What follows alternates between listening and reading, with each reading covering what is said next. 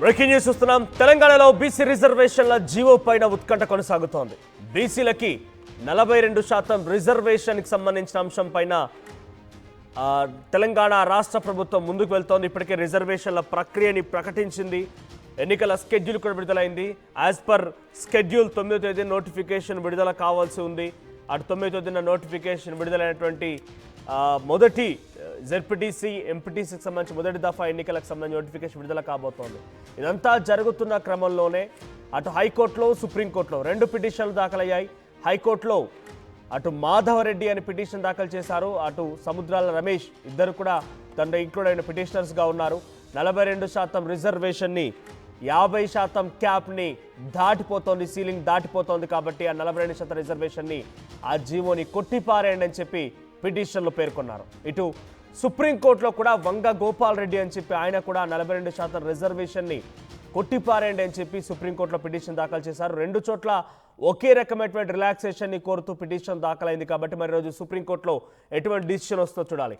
1992 ఇందిరా సహానికి సంబంధించిన కేసు విషయంలో అప్పుడు 50% సీలింగ్ దాటకూడదు అనేటువంటి నియంత్రణని పెట్టి 27% బీసీ రిజర్వేషన్ కుదించారు. అటు రాజకీయ ఉద్యోగ అవకాశాల్లో 27% ఇప్పుడు ప్రస్తుతానికి అమలవుతోంది. దాని 42% నిర్ణయం తీసుకొని ఎంపారికల్ డాటా అంటే పూర్తి స్థాయిలో సర్వే నిర్వహించి సామాజిక ఆర్థిక విద్యా ఉపాధి రాజకీయ కుల సర్వే అనేటువంటి పేరిట సర్వే నిర్వహించినటువంటి తెలంగాణ కాంగ్రెస్ పార్టీ ప్రభుత్వం ఇప్పుడు ఆ రిజర్వేషన్ ప్రక్రియను ప్రకటిస్తూ ఉంటే పిటిషన్ దాఖల నేపథ్యంలో రోజు మరి సుప్రీంకోర్టు ఏం తెలుస్తో చూడాలి. 2 చోట్ల ఒకే రకమైన రిలాక్సేషన్ ఉంది కాబట్టి ముందుగా హైకోర్టులో 8వ తేదీన విచారణ జరగబోతోంది. సో ఇంకో 2 రోజుల్లో హైకోర్టులో విచారణ ఉంది. ఈరోజు సుప్రీంకోర్టులో విచారణ జరగబోతున్న నేపథ్యంలో 2 చోట్ల ఒకే రకమైన రిలాక్సేషన్ ఉంది కాబట్టి దాదాపుగా కింది స్థాయి కోర్టులో ఆ నిర్ణయానికి సంబంధించి పిటిషనర్లు వేరువేరుగా ఉన్నారు. ఇక్కడ మాధవ్ రెడ్డి, అక్కడ గోపాల్ రెడ్డి.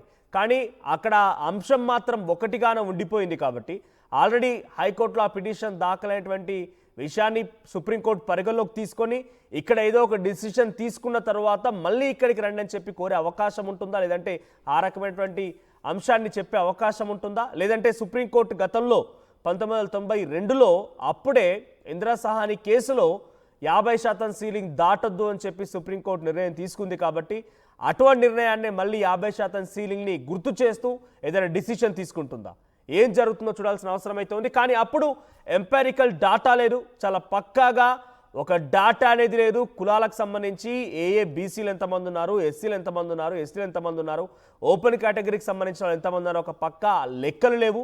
మండల కమిషన్ని రిపోర్ట్ని ఆధారితంగా 1931లో అంటే బ్రిటిష్ కాలంలో జరిగినటువంటి కుల గణనకు సంబంధించినటువంటి అంశాన్నే తీసుకొని మళ్ళీ ఈ 1992లో మండల కమిషన్ ఇచ్చిన రిపోర్ట్ ఆధారితంగా అప్పుడు రిజర్వేషన్ని పెంచాలని చెప్పి అప్పటి గవర్నమెంట్ ఆఫ్ ఇండియా అప్పటి ప్రభుత్వం నిర్ణయం తీసుకున్న దాన్ని ఛాలెంజ్ చేస్తూ ఇందిరా సహాని పిటిషన్ దాఖలు చేశారు. ఆ పిటిషన్కి వచ్చిన డిసిషన్ ఏంటంటే ఎంపారికల్ డాటా లేదు కాబట్టి ఈ రిపోర్ట్ ఆధారితంగా రిజర్వేషన్ పెంచడం కుదరదు, ఎవరు లెక్క ఏంటనేది అథెంటిక్గా ఆధారితంగా లేదు కాబట్టి అప్పుడు డిసిషన్ తీసుకోవాల్సి వచ్చిందని సుప్రీంకోర్టు ఆ రోజు డిసిషన్ తీసుకోవాల్సి వచ్చింది. మరి ఇప్పుడు ఎంపారికల్ డాటా ఉంది, అన్ని రకాల అనుమతి అంటే అన్ని రకాలుగా ఎలిజిబిలిటీ ఎవరి వాటా ఎంతో వాళ్ళకు తేల్చాలని రాజ్యాంగంలో ఉంది అని చెప్పి చెప్తున్నారు. కాబట్టి ఆ రాజ్యాంగానికి ఆధారితంగా రాజ్యాంగాన్ని ఉద్దేశం తీసుకొని దాని యొక్క పరమావధిగా తీసుకొని ఎవరి లెక్క ఎంత ఉంది వారికి అంత వాటా ఇవ్వాలన్న ఉద్దేశంతో కాంగ్రెస్ పార్టీ ప్రభుత్వం తెలంగాణ రాష్ట్ర 40% బీసీ రిజర్వేషన్ని పెంచేటువంటి యోచన చేస్తున్న నేపథ్యంలో ఎంపారికల్ డాటా ఉంది. ట్రిపుల్ సిస్టమ్ అంటుంటారు, దీన్ని ట్రిపుల్ సిస్టమ్ అంటుంటారు. ఎంపారికల్ డాటా తర్వాత 50% సీలింగ్ దాటకూడదని ఒక నిబంధన, ఇలా ట్రిపుల్ సిస్టంలో ట్రిపుల్ స్టెప్స్లో ఎంపారికల్ డాటా ఉంది. అన్ని రకాలుగా ఎవరి వాటా ఎంతో ఈక్వాలిటీ పాటించేటువంటి పద్ధతి కనబడుతోంది.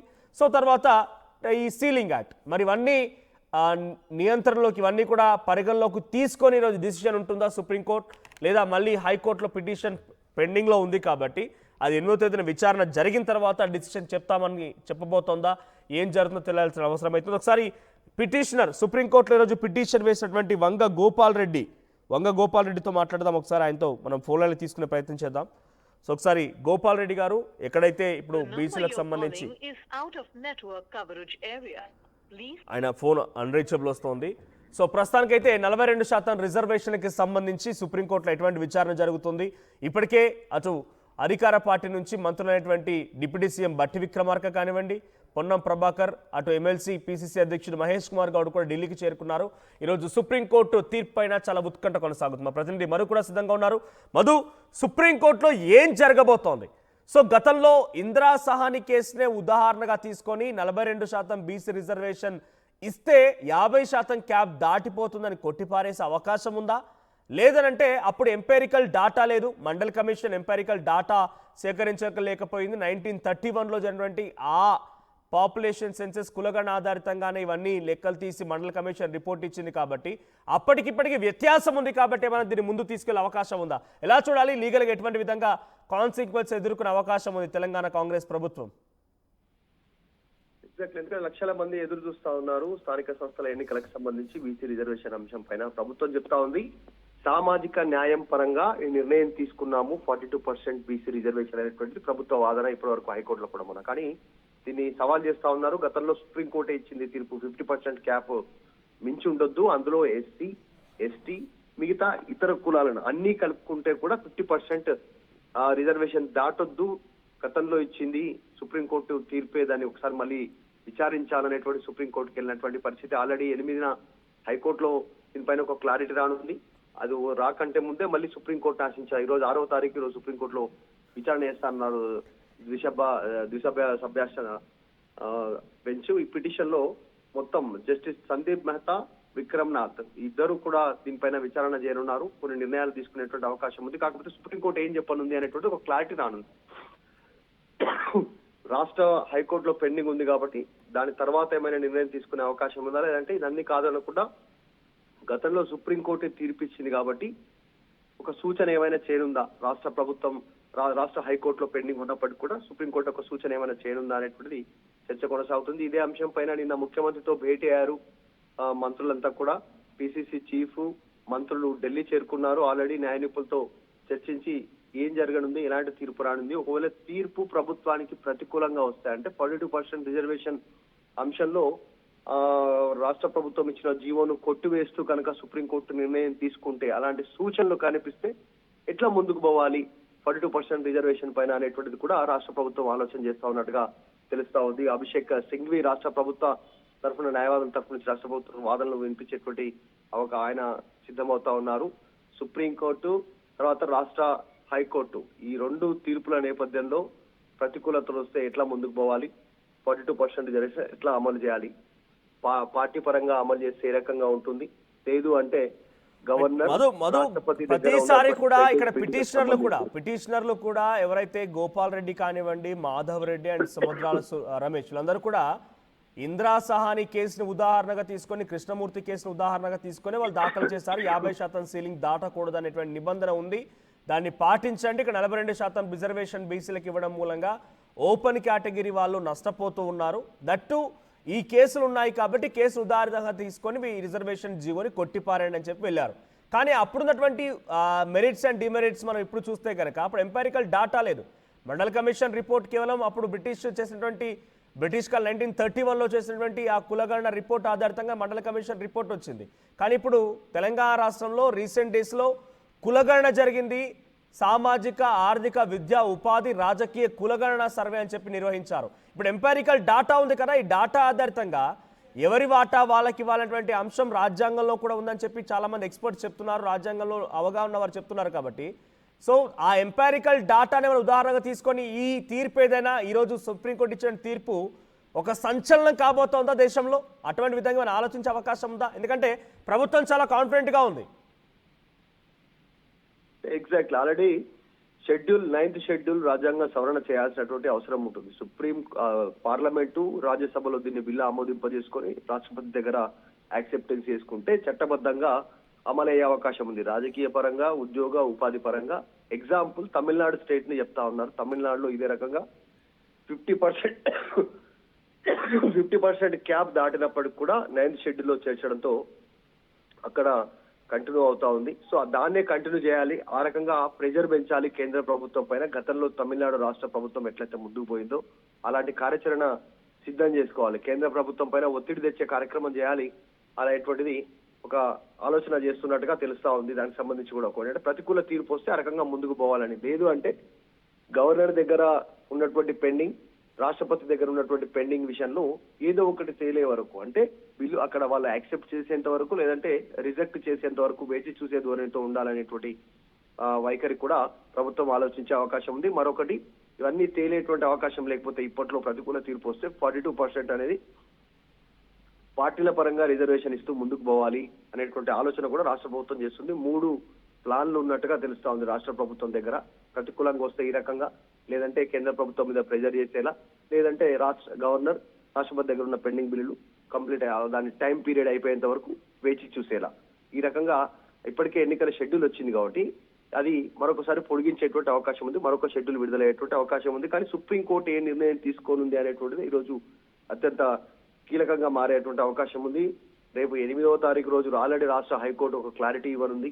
ప్రభుత్వం కూడా ఇంప్లీడ్ అయింది. ప్రభుత్వం ఆ వాదనను కూడా ఇప్పటికే తెలిపింది. ప్రభుత్వం కూడా ఇది రాజకీయ సామాజిక కోణంలో ఆర్థిక కులగణన సర్వే అయినప్పటికీ కూడా దీనిపైన కూడా కొంతమంది అభ్యంతరాలు చెప్పారు. బీసీ సంఘాలు కానీ ఇంకా కొంతమంది కానీ కరెక్ట్ గా జరగలేదు, ఇంటింటికి వెళ్ళలేదు, మా దగ్గర సర్వే జరగలేదు అనేటువంటి అభిప్రాయాన్ని కూడా తెలియజేశారు. కాబట్టి వీటన్నిటిపైన అభ్యంతరాలు. ఇప్పుడు సుప్రీంకోర్టు, హైకోర్టు 2 చోట్ల ఉంది, ఇద్దరు వేర్వేరు పిటిషనర్లు. సో ఆల్రెడీ హైకోర్టులో విచారణకు సంబంధించి ఇంకో 2 రోజుల సమయం ఉంది, 8వ తేదీన విచారణ జరగాల్సి ఉంది. కాబట్టి హైకోర్టులో ఉండగానే వేరే ఒక పిటిషనర్ సుప్రీంకోర్టుకు వెళ్ళారు.